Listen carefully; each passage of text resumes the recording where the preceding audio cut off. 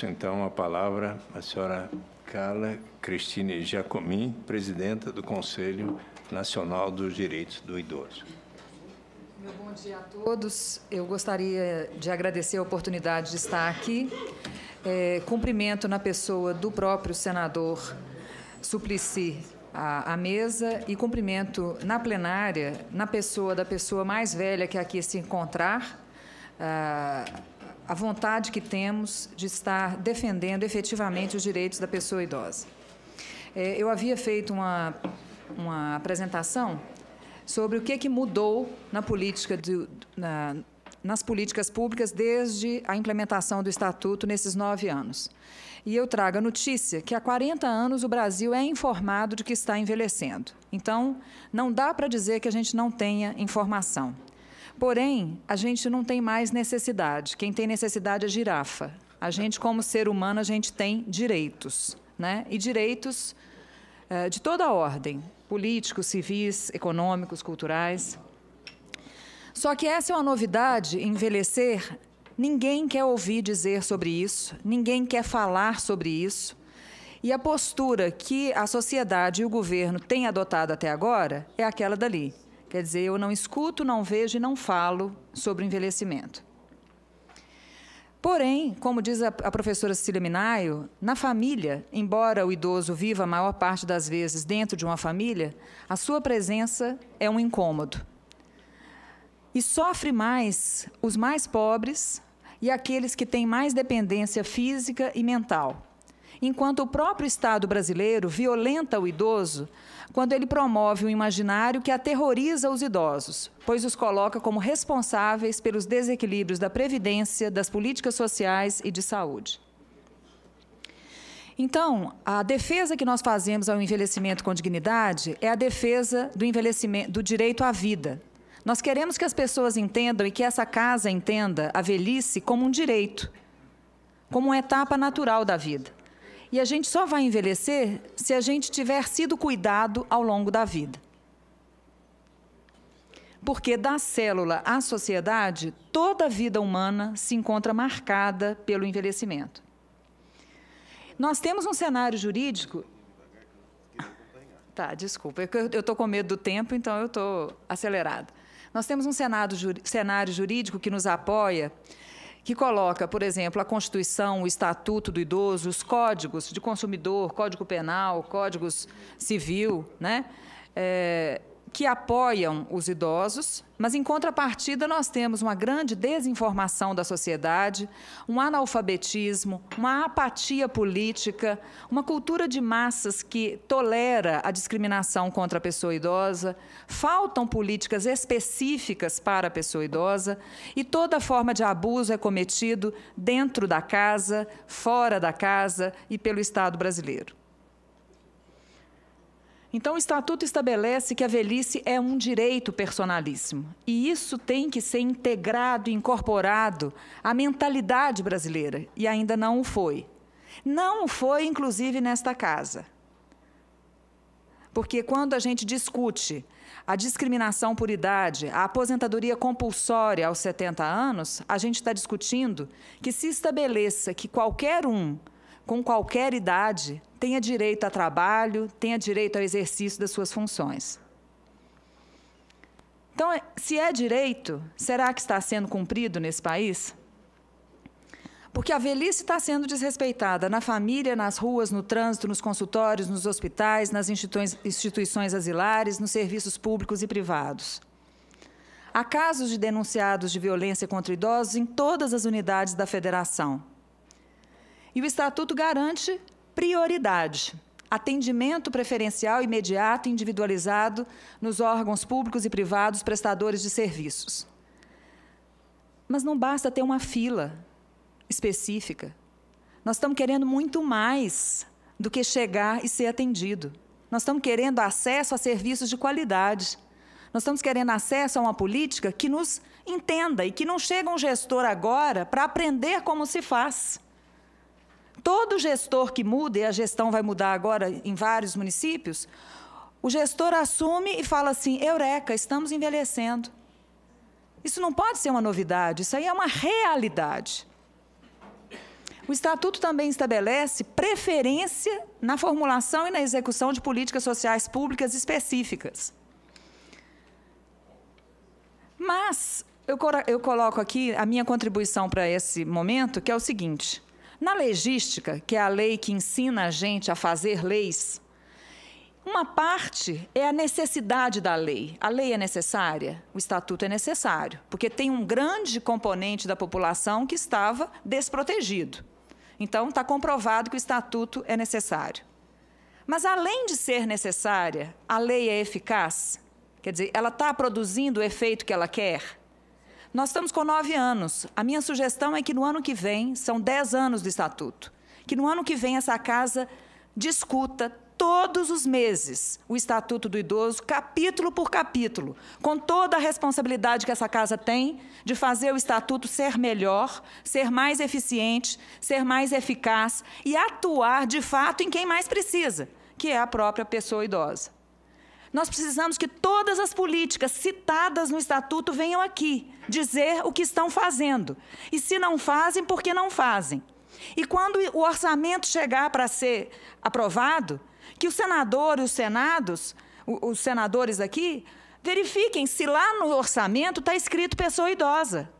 Se aquilo que o Estatuto estabelece, que o orçamento público será destinado à pessoa idosa, se está sendo cumprido. Porque, senão, a lei estará sendo descumprida na casa da lei. Chega, gente. A gente não encontra nem quem queira ficar à mesa conosco.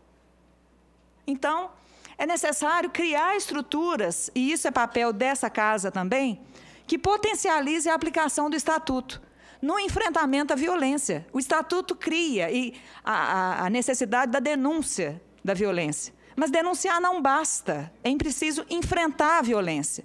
E todas as políticas que tratam dessa questão têm que sentar à mesa e construir um plano de ação de enfrentamento à violência. Um plano de ação em que eles se responsabilizem e que a população participe e cobre. Na saúde, nos falta política de cuidados. A saúde trabalha com 2 eixos. A gente quer envelhecer de forma ativa e a gente quer cuidado se a gente precisar. O envelhecimento ativo, como o doutor Cid já adiantou, é um pacto que o ministro das Relações Exteriores aqui presente, o Silvio, que é nosso conselheiro, sabe que o Brasil é signatário desse pacto, que estabelece que o país tem que se comprometer com o envelhecimento ativo. Mas comprometer não só na letra, comprometer-se na execução de políticas que vão promover isso. Da mesma forma, a outra parte da saúde é a garantia de cuidado. A garantia de cuidado, desculpa, eu trato o conselheiro como ministro porque sabemos que, da denominação da minha parte. Em relação à outra parte da saúde, é a política de cuidados. Política de cuidados significa enfrentar a situação do cuidador, as dificuldades de regulamentação da política do cuidador, e tem um projeto de lei aqui nessa casa que estava sob a relatoria da senadora Marta Suplicy, mas que precisa avançar, né, aqui dentro. É importante, na assistência social, que a gente abra as instituições de longa permanência. A assistência social chega, da gente falar assim, mas a família abandona o idoso nos asilos. A família é quem está abandonada. A família cuidaria se tivesse recursos para cuidar. Agora, qual que é o recurso que o Estado brasileiro está oferecendo à família para cuidar do idoso? Qual que é a garantia que o filho tem de não trabalhar para ficar cuidando da mãe ou do pai idoso? Qual que é a garantia que o filho tem de ter recurso previdenciário enquanto cuida do idoso? Dos prestadores de serviços. Mas não basta ter uma fila específica. Nós estamos querendo muito mais do que chegar e ser atendido. Nós estamos querendo acesso a serviços de qualidade. Nós estamos querendo acesso a uma política que nos entenda e que não chega um gestor agora para aprender como se faz. Todo gestor que muda, e a gestão vai mudar agora em vários municípios, o gestor assume e fala assim, eureka, estamos envelhecendo. Isso não pode ser uma novidade, isso aí é uma realidade.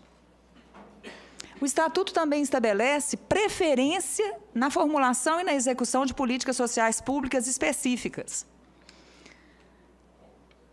Mas eu coloco aqui a minha contribuição para esse momento, que é o seguinte: na legística, que é a lei que ensina a gente a fazer leis, uma parte é a necessidade da lei. A lei é necessária? O Estatuto é necessário, porque tem um grande componente da população que estava desprotegido. Então, está comprovado que o Estatuto é necessário. Mas, além de ser necessária, a lei é eficaz? Quer dizer, ela está produzindo o efeito que ela quer? Nós estamos com 9 anos. A minha sugestão é que no ano que vem, são 10 anos do Estatuto, que no ano que vem essa casa discuta todos os meses o Estatuto do Idoso, capítulo por capítulo, com toda a responsabilidade que essa casa tem de fazer o Estatuto ser melhor, ser mais eficiente, ser mais eficaz e atuar, de fato, em quem mais precisa, que é a própria pessoa idosa. Nós precisamos que todas as políticas citadas no Estatuto venham aqui dizer o que estão fazendo. E, se não fazem, por que não fazem? E, quando o orçamento chegar para ser aprovado, que o senador e os senadores aqui, verifiquem se lá no orçamento está escrito pessoa idosa. Se aquilo que o Estatuto estabelece, que o orçamento público será destinado à pessoa idosa, se está sendo cumprido. Porque, senão, a lei estará sendo descumprida na casa da lei. Chega, gente. A gente não encontra nem quem queira ficar à mesa conosco. Então, é necessário criar estruturas, e isso é papel dessa casa também, que potencialize a aplicação do Estatuto no enfrentamento à violência. O Estatuto cria a necessidade da denúncia da violência. Mas denunciar não basta, é preciso enfrentar a violência. E todas as políticas que tratam dessa questão têm que sentar à mesa e construir um plano de ação de enfrentamento à violência. Um plano de ação em que eles se responsabilizem e que a população participe e cobre. Na saúde, nos falta política de cuidados. A saúde trabalha com 2 eixos. A gente quer envelhecer de forma ativa e a gente quer cuidado se a gente precisar. O envelhecimento ativo, como o doutor Cid já adiantou, é um pacto que o ministro das Relações Exteriores aqui presente, o Silvio, que é nosso conselheiro, sabe que o Brasil é signatário desse pacto, que estabelece que o país tem que se comprometer com o envelhecimento ativo. Mas comprometer não só na letra, comprometer-se na execução de políticas que vão promover isso. Da mesma forma, a outra parte da saúde é a garantia de cuidado. A garantia de cuidado, desculpa, eu trato o conselheiro como ministro porque sabemos que, da denominação da minha parte. Em relação à outra parte da saúde, é a política de cuidados. Política de cuidados significa enfrentar a situação do cuidador, as dificuldades de regulamentação da política do cuidador, e tem um projeto de lei aqui nessa casa que estava sob a relatoria da senadora Marta Suplicy, mas que precisa avançar, né, aqui dentro.